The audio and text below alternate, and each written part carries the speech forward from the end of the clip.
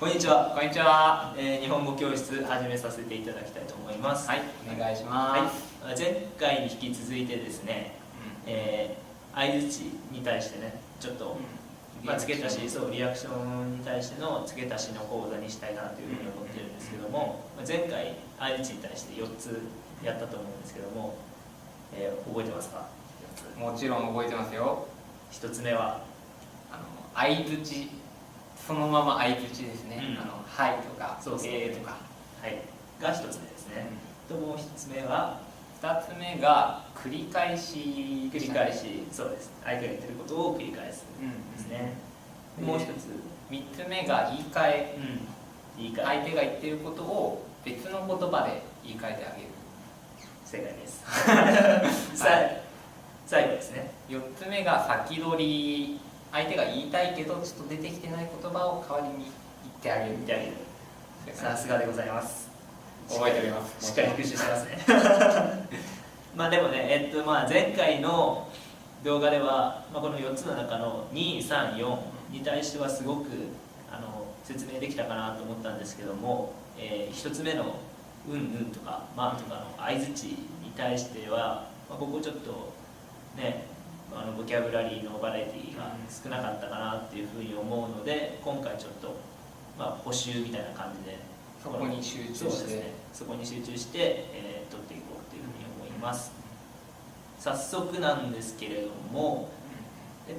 回は、10個ほど紹介させていただきまして、僕が簡単にこう言っていくので、それを復唱といいますかしてもらって、最後に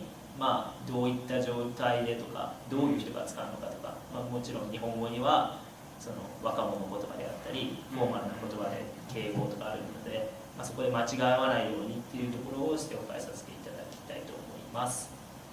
1つ目はですよ、1つ目はそれなとかっていうのと、で2つ目確かに、3つ目はい4つ目5つ目が、それで、6個目がマジで、7個目ふーん、8個目ああそう9個目そうなんですか、10個目これ10個目はちょっと難しいかもしれないんですけども、基本的にというか、今回この10個取り扱いたいと思っていて、ほとんどね若者言葉なんですよ。ただ、9個目の「そうなんですか」だったりだとか、あとは4個目の「とか、あとは前回にも出てきた「うんうん」とかいったところは、これかなりフォーマルすぎるわけでもないんですけども、ビジネスの場でも使えますし、普通の生活でも使えるといったところですね。これ具体的にどういう時に使うとかは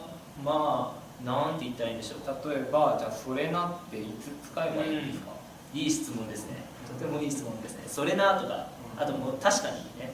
この2つはもう同意だね。同意。例えばクリスティアーノ・ロナウドってかっこいいよね。それに対して同意をするのであれば確かにとか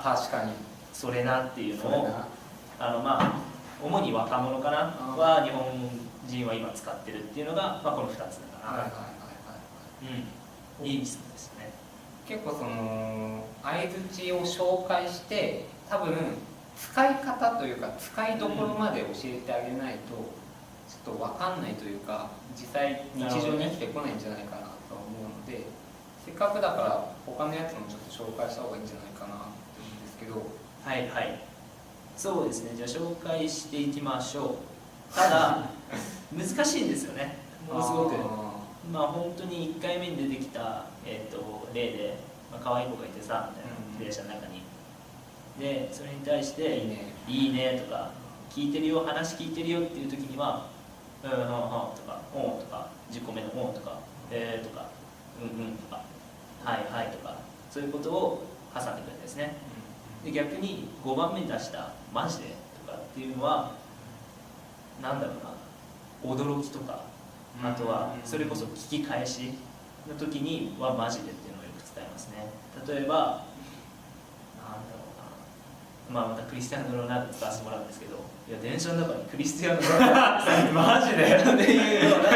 その驚きであったりとか、はいっていうのを表す時にマジでとか、これは便利そうですね。これはすごい便利ですねものすごい、若者言葉なんですけど、はい、若者今めっちゃめちゃ使ってます。僕も普通に使いますね。いいですね、これはマジでマジでですね。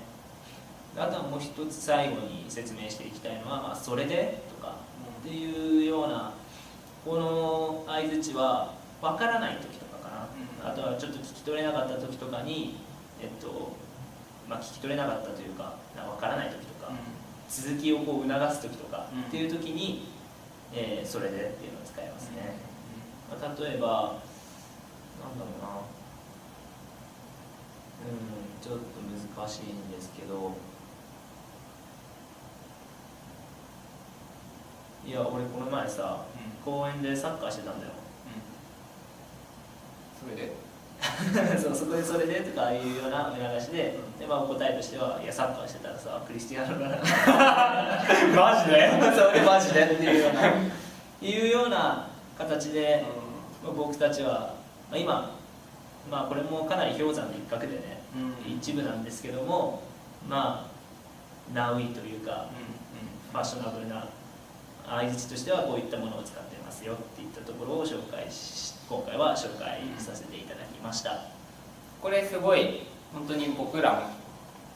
なくちゃ生きていけない言葉なので、これがあるかないかって多分前回の動画でもあったと思うんですけど、日本人っぽさが格段に変わるんじゃないかなとは思いますね。特に西洋の人なんていうのはね、相槌いっぱい打つとむしろねルートだみたいな、あんまり礼儀正しくないとか、早く俺の話を終わらせてほしいと思ってるんだなって思わせちゃうらしいので、いっぱい使うとね。なので、西洋の方なんていうのは日本に来たらそのギャップっていうのがすごく驚くのかなっていうところがあるんで、じゃあ一段とそうね、この相槌っていうのは勉強して慣れないかもしれないけど、行った方が上達と言いますか来た時にね、あまりギャップも感じないだろうし、うまく日本人とやっていけるんだろうなっていうのはあると思います。はい、じゃあ今回はこれで終わりにしたいと思います。ご視聴ありがとうございました。ありがとうございました。